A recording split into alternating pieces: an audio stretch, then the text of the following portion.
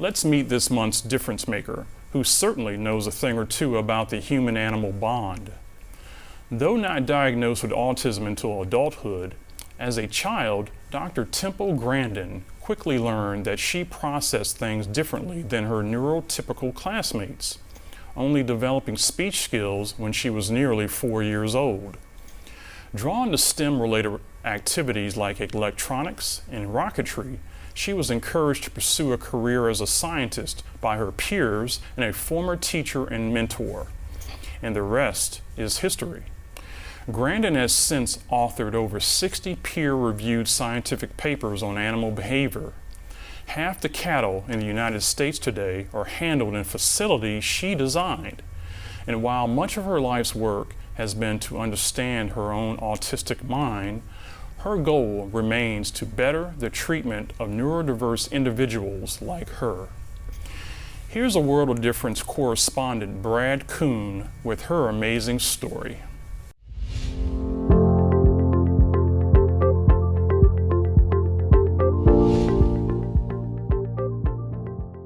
My name is Temple Grandin.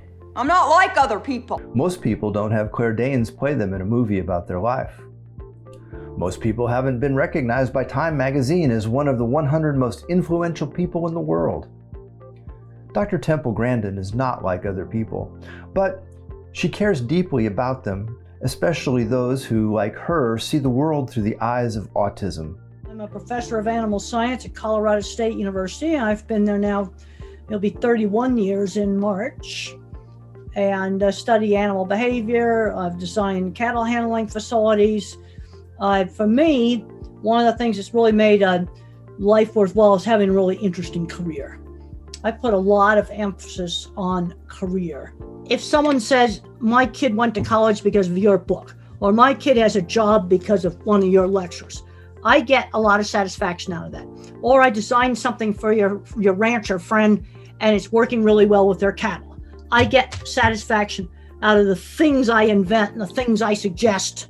Right now, I get a lot of joy out of problem solving, like just figuring out how to solve problems. Because I'm finding that with visual thinking, how did I learn how a whole big complicated processing plant worked? When I first walked in, I go, this is so complicated, how's the plant manager understand it? But then after watching it every Tuesday afternoon for 6 months, I videotaped the entire plant into my mind, and then I just walked through it. But that's not done in 30 seconds. Grandin didn't speak until she was almost 4 years old, prompting a doctor to diagnose brain damage and recommend that she be institutionalized. Well, I can remember the frustration of not being able to talk. I knew what I wanted to say, but I couldn't say it. I just couldn't get the words out. When the grown-ups talked really fast, it went into gibberish. I actually thought grown-ups had their own special language. When people slowed down, I could understand them. So my speech teacher would hold up a cup like this, and she'd say, now say cup. And then she'd go cup, and she'd go back and forth between saying it really slow and saying it just the regular way, fast. And then gradually my speech came in. I was fully verbal by 4, and I'm partially verbal probably at 3. Elementary school went pretty well. I was in a small elementary school, old-fashioned 50s classes. Manners were taught in a really structured way in the 50s. I think that's another reason why there's grandfathers that are on the autism spectrum that had successful jobs, because shaking hands, saying please and thank you, that was taught in such a structured way in the 50s, which was, extremely helpful. So elementary school went pretty good. High school was a disaster, complete disaster in a large school. I was bullied, I was teased. When I was in 9th grade, I reacted by throwing a book at a girl who called me a retard.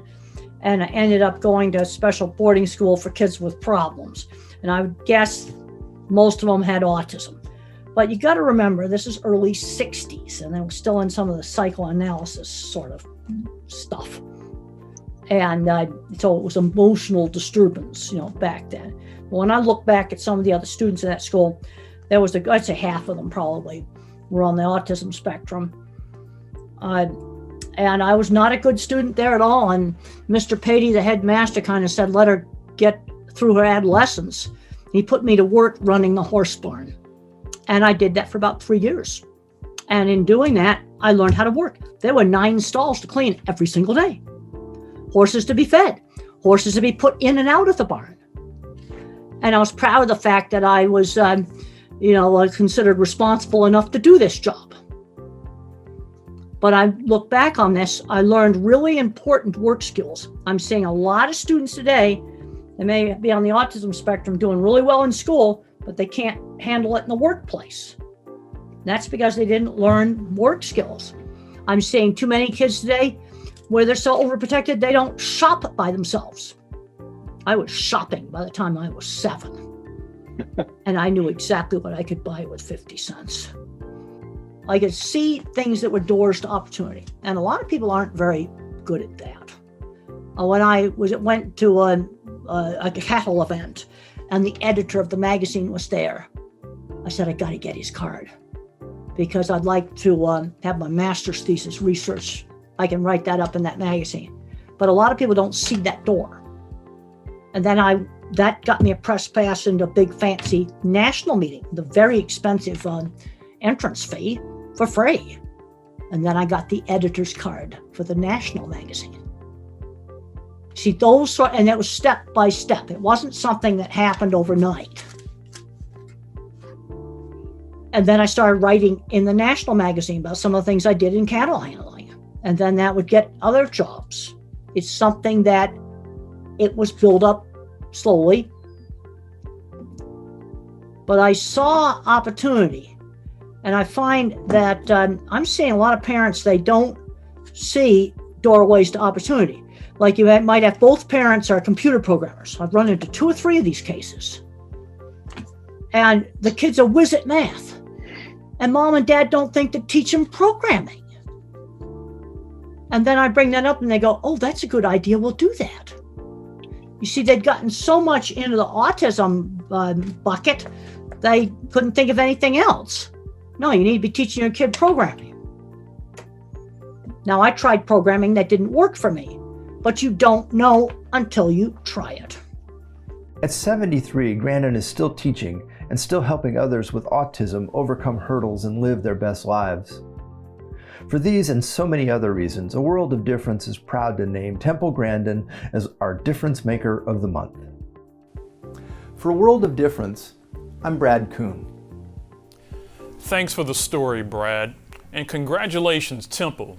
Your contributions to STEM have stimulated new journeys for neurodiverse individuals who are walking similar paths. That brings us to the end of this episode of A World of Difference. How are we doing? Do you like what you're seeing? Are there learning disability issues you'd like us to cover? Are there some features you'd like us to present? Let us hear from you. Your feedback lets us know whether we are on the right path or whether we need to alter course to bring you the information that truly helps celebrate and support you on your neurodiversity journey.